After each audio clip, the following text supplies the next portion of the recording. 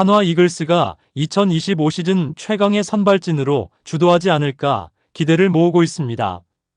뚜껑은 열어봐야 알 수 있겠지만 2025 시즌을 준비하며 김경문 감독은 중대결단을 하며 선발진 강화를 진행하였습니다.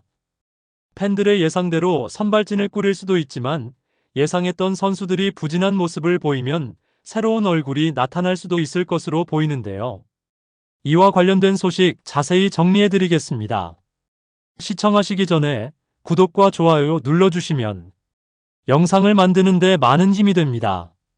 한화 이글스 선발진은 과연 2025 시즌 리그 최강으로 자리 잡을 수 있을까요?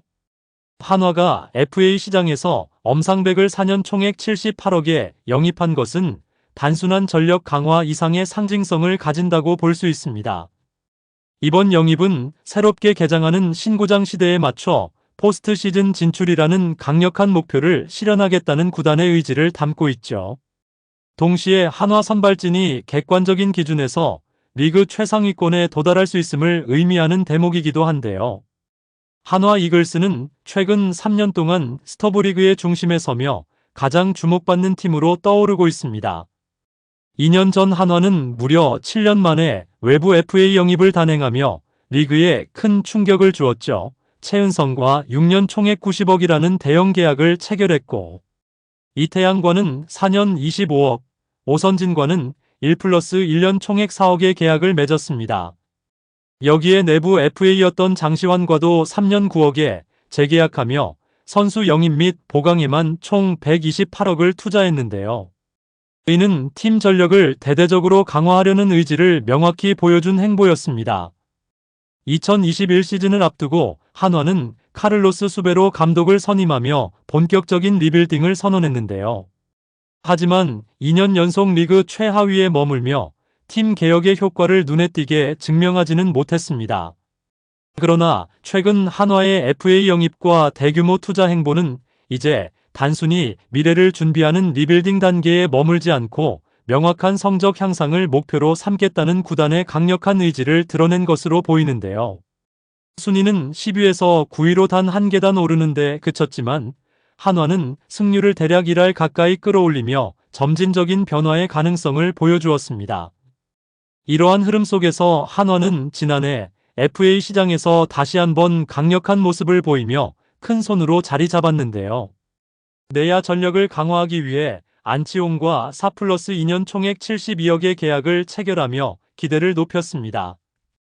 또한 기존 전력을 유지하고 안정감을 더하기 위해 장민재와 2+1년 총액 8억 계약을 체결하며 선수층을 탄탄히 했는데요. 이러한 전력 보강 속에서 예상치 못한 초대형 카드가 등장했죠. 바로 메이저리그에서 11년간 활약하며 한국 야구를 대표했던 류현진이 국내 복귀를 결정하며 친정팀 한화 이글스 유니폼을 다시 입게 된 것이었는데요. 한화는 류현진에게 역대 최대 규모인 8년 총액 170억의 대형 계약을 제안하며 그의 복귀를 성사시켰습니다. 결과적으로 한화는 FA 영입과 재계약을 포함해 총 250억에 이르는 대규모 투자를 단행하며 스토브리그의 주인공으로 떠올랐는데요. 한화 이글스는 올 시즌 선발 로테이션을 류현진 28경기, 문동주 21경기, 하이메 바리아 19경기, 라이언 와이스 16경기, 그리고 김기중, 황준서, 리카르도 산체스 각각 11경기로 운영했습니다.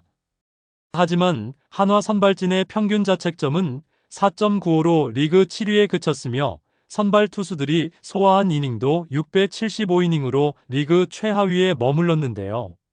이는 선발진이 경기 중반 이후까지 책임지지 못해 불펜에 과도한 부담이 전가되었음을 보여준다고 할 수 있습니다.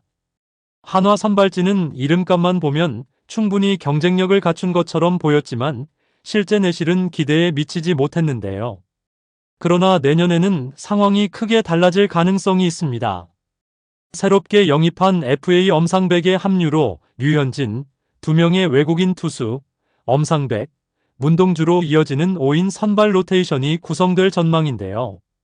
여기에 백업 선발로는 황준서와 김기중 그리고 특급 신인으로 평가받는 정우주가 대기하고 있죠. 또한 토미존 수술을 받은 김민우도 내년 여름쯤 선발진에 복귀할 가능성이 있어 한화 선발진의 깊이는 한층 더 두터워질 것으로 보이는데요.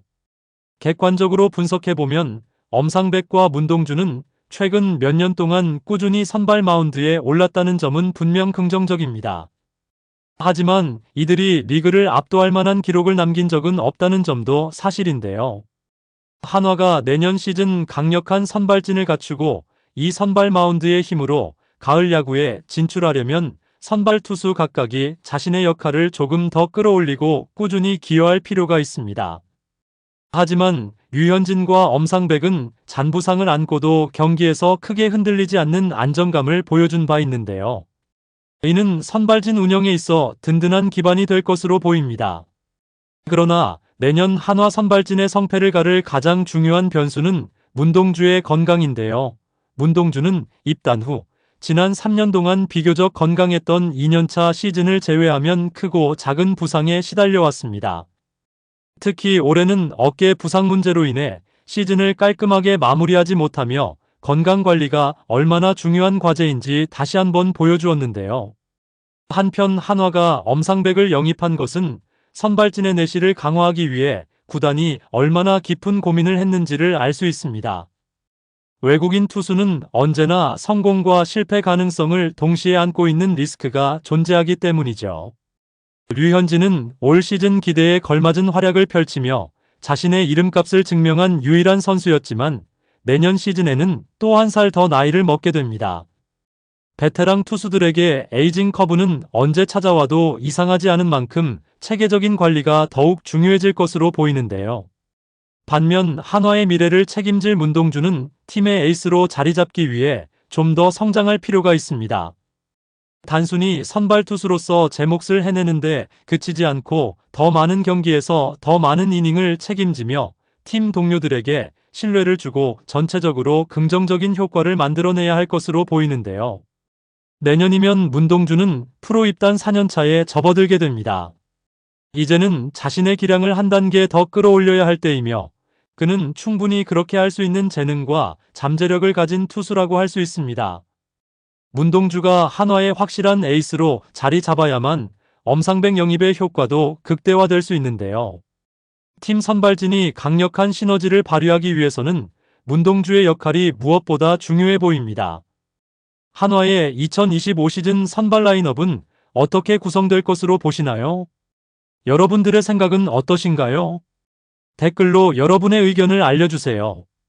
영상을 시청해주셔서 대단히 감사드리며 선수들의 소식을 계속 듣고 싶으시다면 구독과 좋아요를 부탁드립니다.